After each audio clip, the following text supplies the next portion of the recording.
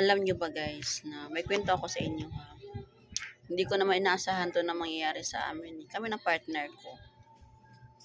Pero syempre, yun nga, nangyari na. So yun, wala naman nag-expect na yun ang ano guys eh. Sa totoo lang guys, hindi ko to na-share sa inyo pero share ko na sa inyo ha. Meron kaming pinagdadaanan, ako at saka yung mister ko. Mahirap siya guys kasi syempre nahihirapan din siya guys, ako nahihirapan din. Pero hindi namin yung baga hindi namin dinadamdam, hindi namin masyado iniintindi kasi ayoko rin mapakitaan siya na panghihina guys eh. Ayoko rin ipakita sa kanya na hihina ako, na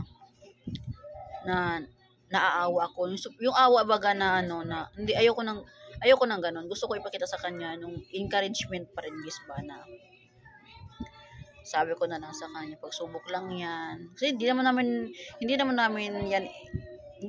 yan in-expect guys. O hindi namin talaga yan na hindi namin in-expect na darating sa kanya yon o darating sa amin yan.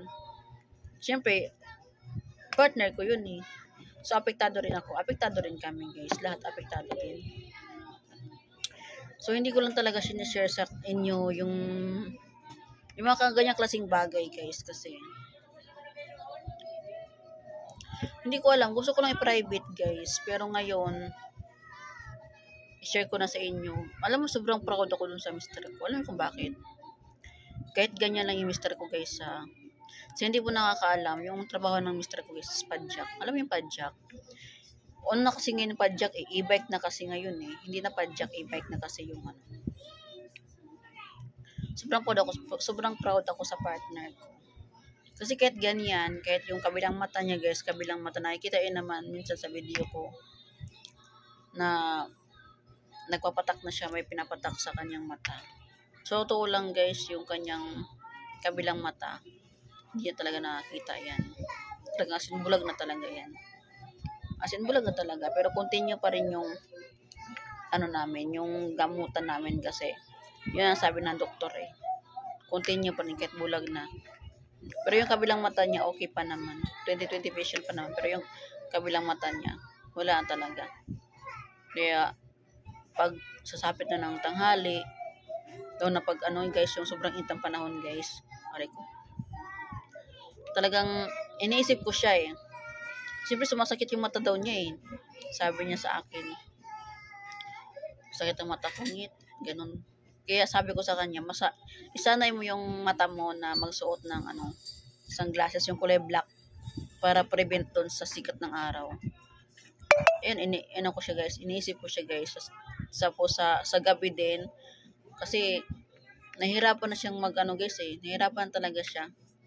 Sabi ko sa kanya, umuwi ka ng maaga. Kaya sabi ko, wag kang pumunta sa malayo, lalo na paggabi na. Kasi baka mamaya, disgrasya ka. Wag naman mangyari guys. Ayoko naman mangyari ganoon. Sabi ko sa kanya, wag kang pumunta ng pag may magpahatid sa iyo na alanganin na, wag ka nang pumunta pa. Wag ka nang ibigay mo lang sa ibang pasahero mo pag gayon. Sabi ko nang ganoon. Pero alam nyo, yung mister ko, napakasipag. Oo, napakasipag. Bilib na bilib ako dyan sa kanya, guys. Kaya, proud ako dyan sa mister ko. Kasi, masipag talaga siya, guys. Meron kasi ibang mga, meron kasi ibang mga lalaki kasi na okay naman yung kanilang paningin, kompleto naman. Pero yung tamad, meron talagang tamad na lalaki guys. No? Thankful talaga ako dun sa mister ko na kahit ganyan siya, talaga hindi siya tamad guys. Pagka dito sa bahay, sa gawaing bahay, talaga masipag yan. Ako minsan lang ako naglalaba guys ha. Mister ko talaga naglalaba. Talagang pinaparamdam niya sa akin talaga guys na prinsesa ako sa buhay niya. Ang dumi ng kuko ko. Grabe, ako saan ako nakarating. Ang dumi pala ng kuko ko guys. Ang dumi ng kuko ko. Ayan o. Kaya ayun, yun ang namin ngayon guys.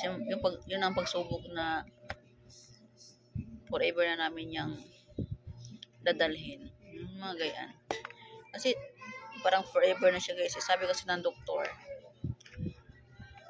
maaari siya makakakita pa kung may mag-transplant guys, kasi yun ay wala pang ano eh, kasi pag tanungin ko siya, ang sabi niya sa akin, ganun pa rin daw ang sabi ng doktor, continue pa rin daw sa gamutan yung patak sa mata. Kasi every time na pumunta siya ng PGH guys, wala naman ako eh, hindi ako kasama, siya lang. Kasi banda ko tintahan guys, sayang din kasi kahit papano eh mayroong kita, okay, di ba? Hindi na pwedeng asahan ko ang anak ko guys buong araw dito, kasi aalis kayo madaling araw, uuwi kami gabi.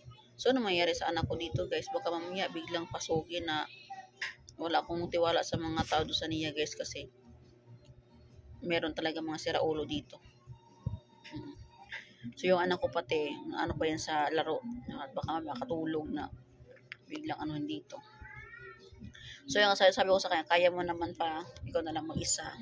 Kaya pag uwi niya galing sa PGH, tinatanong ko siya kung kumusta, ganun. So ayun pa rin, may continue pa rin daw sa gamutan.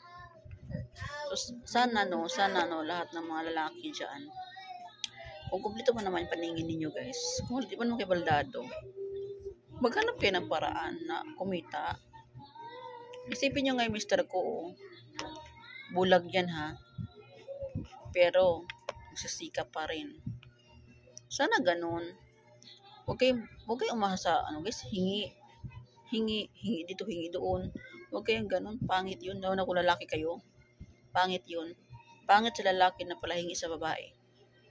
Pangit talaga yung sobrang pangit. Kasi sabihin yung tropa yung taong yun, pangit pa rin. Lalo na kung lalaki kayo, tapos nanghihingi kayo sa babae, sobrang red flag yun guys. Ang pangit maging tropa pag gayon, totoo lang. Buti na talaga ang mister ko masipag. Kahit wala siyang kabilang mata guys, kahit wala na yung kabilang mata niya, kahit bulag ng kabilang mata niya, sobrang sipag pa rin ang mister ko. Promise, totoo yan. Proud ako sa mister ko.